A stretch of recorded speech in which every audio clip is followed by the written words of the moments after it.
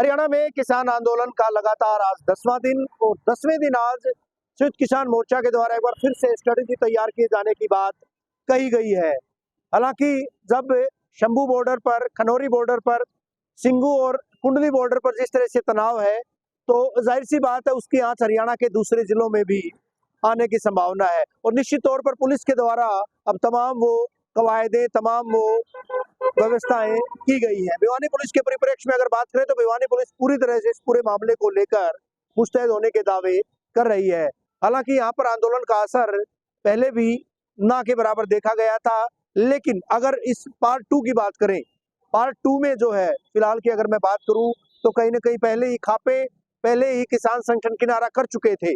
16 तारीख को एक और तरह से भारत बंद का ऐलान किया गया था, वो भी बेअसर यहाँ पर साबित हुआ था। लेकिन फिलहाल की अगर बात करें, कल भी देखा गया था बीजेपी कार्यालयों के घेराव की बात कही गई थी। कुछ देर नारेबाजी और कुछ देर प्रोटेस्ट के बाद जो किसान और मजदूर संगठन थे, ट्रेड यूनियनों के नुमाइंदे थे, वे घरों को लौट गए थे। लेकिन ये जरूर कहा गया था कि इस मामले में सरकार को कार्रवाई करनी चाहिए। हालांकि लगातार वार्ता के लिए सरकार के द्वारा किसान नेताओं को आमंत्रित भी किया गया है, वार्ता भी हुई है, लेकिन कोई निष्कर्ष नहीं निकला है। वहीं दूसरी तरफ इस बात को लेकर भी कई तरह के सवाल खड़े किए जा रहे हैं कि आखिर हरियाणा के किसान इस आंदोलन में क्यों नहीं जा रहे हैं, क्यों पंजाब के लोग इस आंदोलन को हवा दे रहे हैं। तमाम लोग, चाहे राजनेताओं की बात करें या फिर जो बुद्धिजीवी हैं, वो एक ही सवाल खड़ा कर रहे हैं कि क्या महज और महज पंजाब के किसानों को ही ये तमाम मांगे उनके द्वारा ही उठाई जा रही है? क्या हरियाणा के किसानों को कुछ नहीं चाहिए? अगर चाहिए तो वो क्यों सक्रिय तौर पर इसमें भाग नहीं ले रहे हैं? सवाल कई सारे हैं जिनका जवाब हालांकि फिलहाल किसी के पास नहीं है।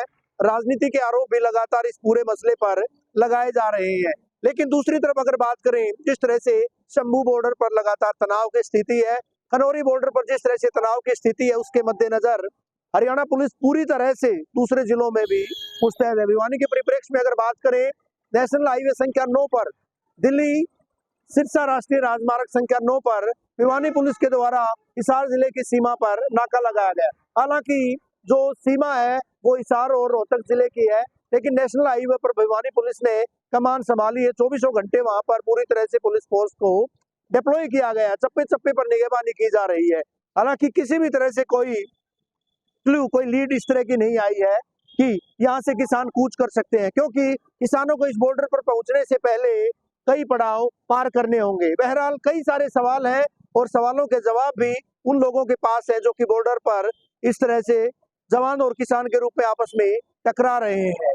वीडियो जर्नलिस्ट सुमित अवस्थी के साथ रवि जांगड़ा, इंडिया न्यूज।